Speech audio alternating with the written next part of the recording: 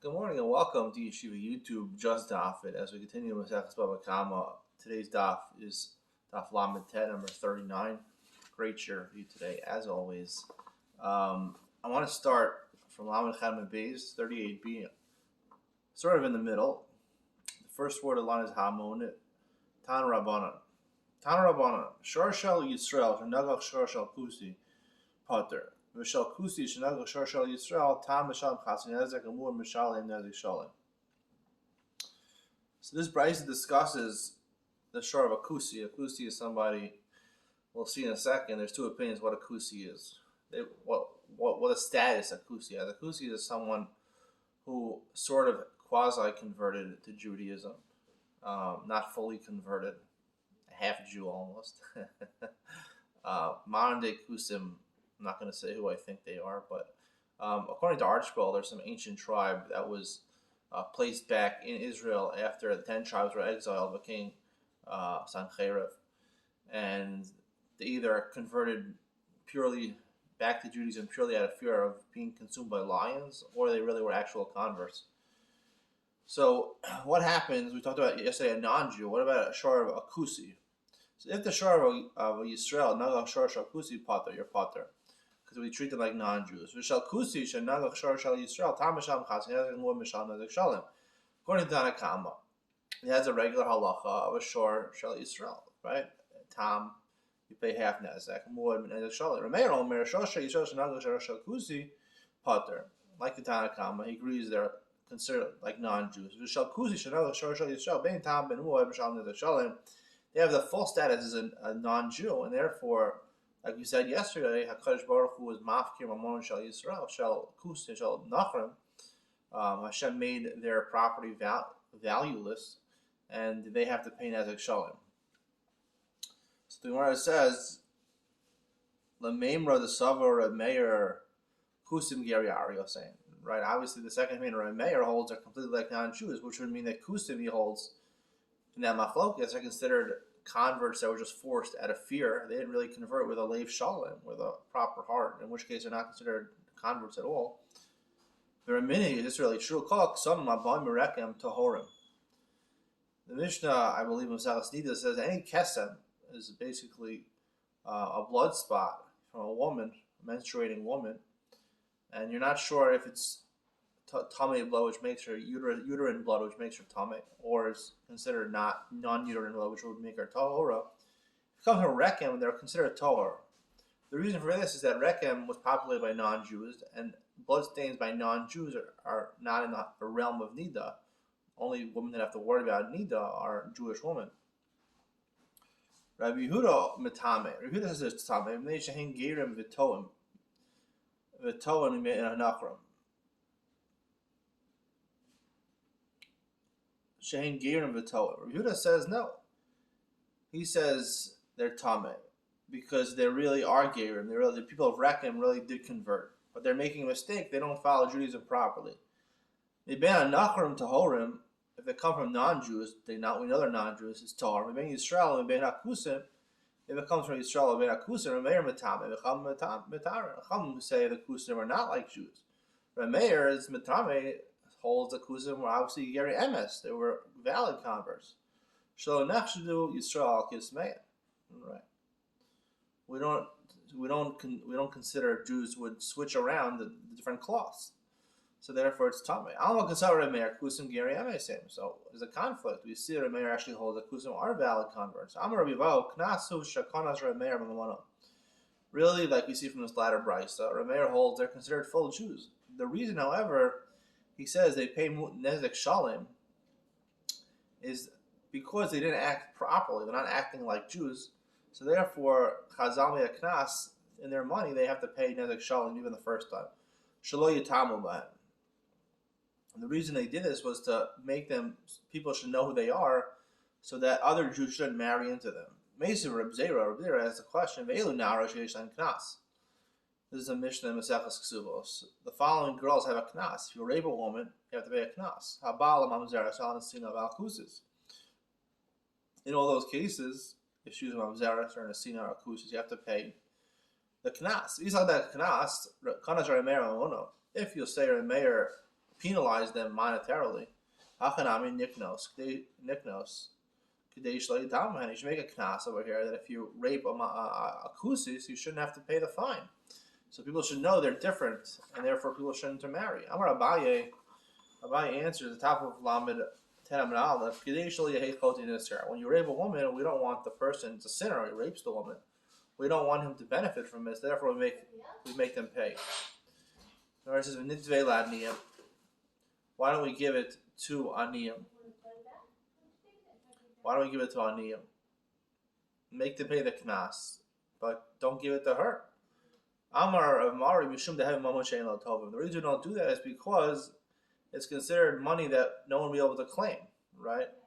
Aniyim is Mamon Shein Lo Tovim. All Aniyim have equal rights to it, so no one will ever be able to collect that, and therefore the chote will be niskar. The person who sinned would benefit. They wouldn't have to pay the knas. Just close the door for a second.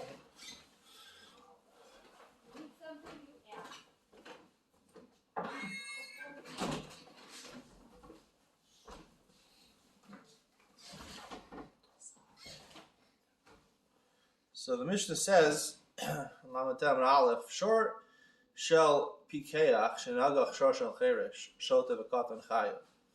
If you have a shor that belongs to a person with mental incapacitation in certain ways, he's either a deaf mute, or he's psychotic, or he's a katan, he's a minor chayav. If his ox gored, they're chayav. Shalcher showed the katan, right? Even if he gores people who don't have das, he's chayav. Shalcher showed the katan. Let's say the property, the shore, was owned by a person who's mentally incapacitated. In that case, he's pater. Now, in what we'll see in a second, the Gemara doesn't define in what regard is he pater. He's not completely pater. He's eventually going to have to pay, but he's pater temporarily. We'll see. I'm going to explain this concept a lot more in Ian Ben Seal. Shosha Cheresh showed the Katan Shanalach based in Amid Lana Petropus, Umaidin Lahan Bifnei Petropus. If you have a shore of a Cheresh showed the Katan that gored,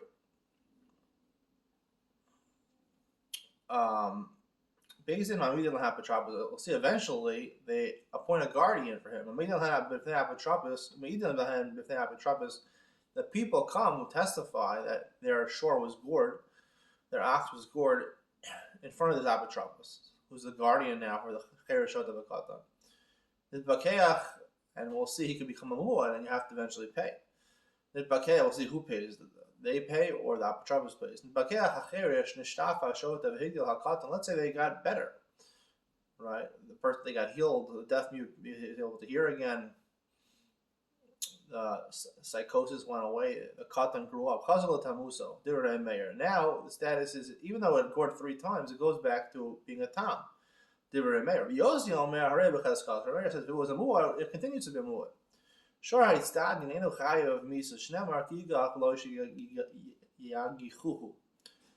You used to have in Rome the gladiators, the bulls. They still have running with the bulls in Spain, Pamplona, Spain,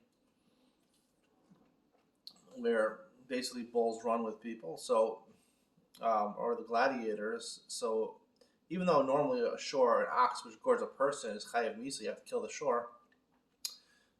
If he's part of the competition, part of the contest, no, because it has to be the shore decides on his own, not that people train him to gore people. The Gemara says, "Haguva kasha." It's a question. Amar shor shel cheresh shot the katan shenagach shor shel pikeach pater.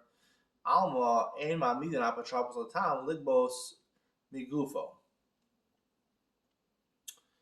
The beginning of the Mishnah says, right, if you're a shor of a cheresh of a katan, so you see, you don't have to pay. He doesn't have to pay. We don't make an apotropos over there for a tam. For a muad, at the end of the Mishnah we see you do, but for a tam, the first 2 times it does, you don't. Ligbos miguva. Ema seifa. Say the end of the Mishnah. Shor shel cheresh should have a katan. Shenagach based on midin lahan apotropos. Midin lahan b'tnei apotropos. Alma ma midin lahan apotropos l'tam ligbos migufo. You do try to collect the tam payments, the chatzi nezek payments, the first 2 times. Oh, Rava hachigas. Rava says this is what it means. V'im hosaku nadchanim. first two times you're right. We don't appoint an apotropos, but once that happens three times, when we didn't have apotropos, then after three times we appoint an apotropos. When we didn't have an apotropos, and those three people come and report what happened in front of the apotropos, and we make the animal a muad. And if it goes a fourth time, then you pay from the aliyah. You pay from the entire assets of the person. Ma'aliyas man. So the Gemara says, who's paying for this? The apotropos or the cheresh of the v'katan? Rabbi Yochanan more Ma'aliyas Yisomim. Yochanan says the Yisomim, who are a ketanim, right? The cheresh of the v'katan, they have to pay.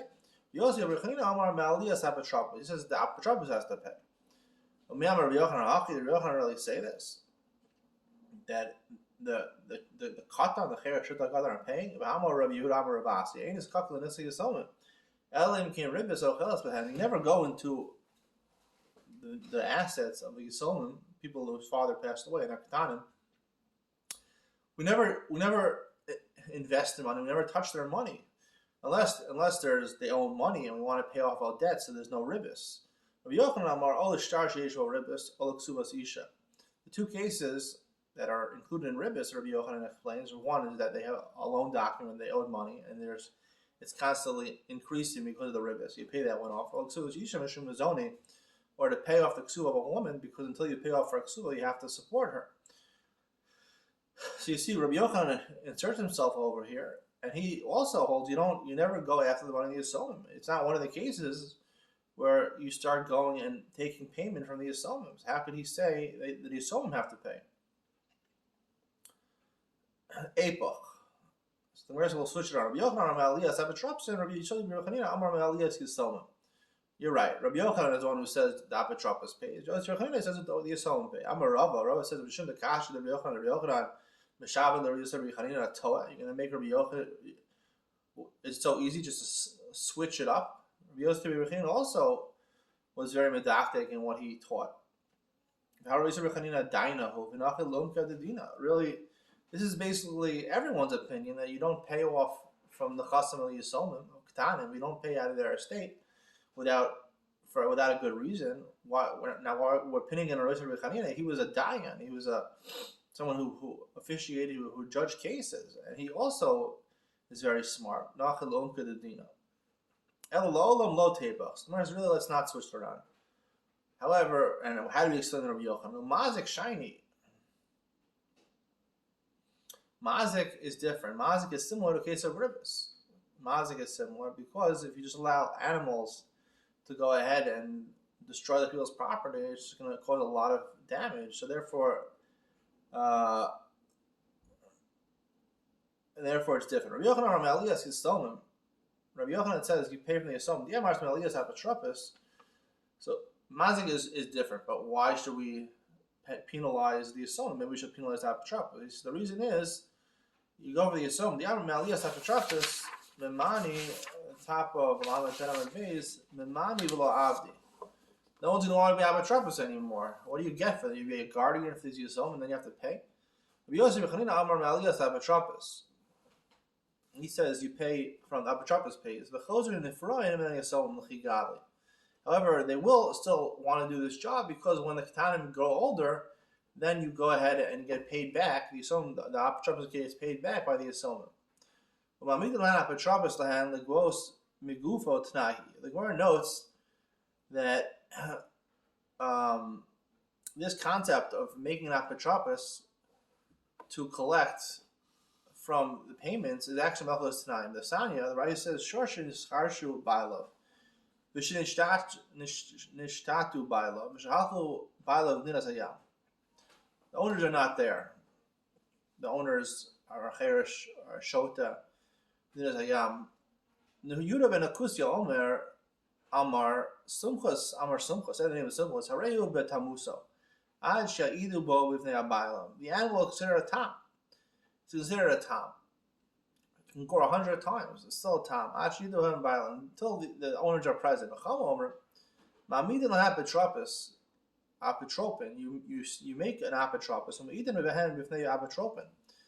And you warn them in front of the apotropos. And Pakech ha'cheresh shtafa ha'shota v'higel ha'katan u'bo baylam ninas Yehuda ben Akusa Omer Sumchos Chazal Tamuzo.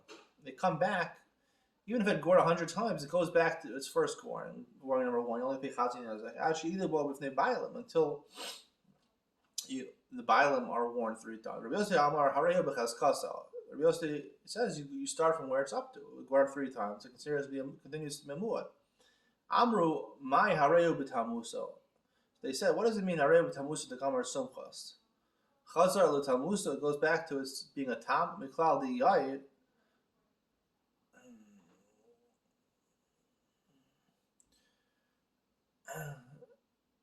Which means what? That it was already worn. It doesn't make any sense. It doesn't make any sense why it should go back to being a tam. It's considered bitmimus. Bitmimus is complete. It's complete. What he meant to say was it's complete that we don't collect at all.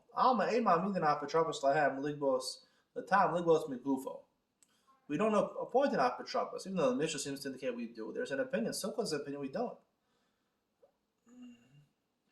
We do that.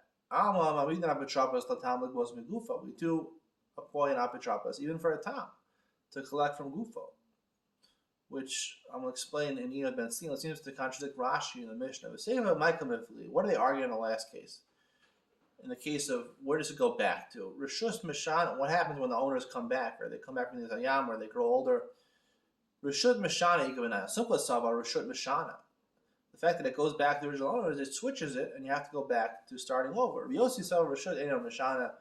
Yosi Sava Rishut does not, it continues going from where it was. Tana Rabban Ashar, Cher Rishut Tevakad Shnagach, Rabbi Yaakov Mishalim Chatzi Nezek. The Raisa seems to say very interesting. A shor of a cher shut of a kada in that gourd. Rabbi Yaakov, who's a Tana, he pays nezek shalem. Chatzi nezek. Rabbi Yossi Mayavite, why is Rabbi Yaakov paying for this? It's not his shor. El Ema Rabbi Yaakov Omer Mishalem Chatzi nezek. He says you pay Chatzi nezek. I'm asking, what are we talking about? Ibet tam pshita. If we're talking about a tam animal, of course that's true. You only pay Chatzi nezek. The Chol Yalman Nami Chatzi nezek Kuda Mishalem. Every time only pays Chatzi nezek. Even muad, if we're talking about a muad, either avdile shmira klal, either avdile shmira. If it's a muad, if they did shmira for it, klal lo bay shlumet. We're going to see, or we saw, I don't remember, that if you protect your shore adequately and engorged, you're not responsible for it, so you shouldn't have to pay. Vidlo avdile shmira kule nezek bay shlumet. If you didn't do shmira, you have to pay the entire amount. I'm a Rav La'olam Muad. Really talking about Muad. But how come I ask? The Abdi Shmira Pchusa. He did a Shmira Pchusa, a minimal surveillance. V'lo Abdi Le Shmira Mu'ula. But he didn't watch it completely. Rabbi Yaakov Savarlak Rabbi Yehuda. Rabbi Yaakov holds a couple of different interesting opinions. Savarlak Rabbi Yehuda Damar Sa Tamas Mukomo Menes. He holds that if you don't do, all you need to do on a Shmira, on a Muad is a Shmira Pchusa. Is a small Shmira. And however, that's not good enough for the sad tam, for the Chatzi nezek. Chatzi nezek, therefore you have to pay. He holds that a muad, all you need to do is a shmira pchusa. That even though you weren't there, you have to, the apotropos has to pay. Abaye velo pligi. Abaye says velo pligi v'atanya shar shalchera shod v'kata shenagach. You know what? We're going to stop over here. That's the opinion of Yaakov. And now the Gemara is going to try to analyze his opinion of Rabbi Yaakov Shita, hold a bunch of different things. So we'll go into the next stuff. So we'll stop here. Stay tuned for Ina Ben Sion. I'm going to talk about, we know that if a shore that's owned by a Cher Shot of a Katan gores, eventually the Mishnah says you have to ma'amid lahen apotropos. However, is there a concept of ma'amid lahen apotropos before it gores 3 times only? The first and second time. We'll talk about that Ina Ben Sion coming up next.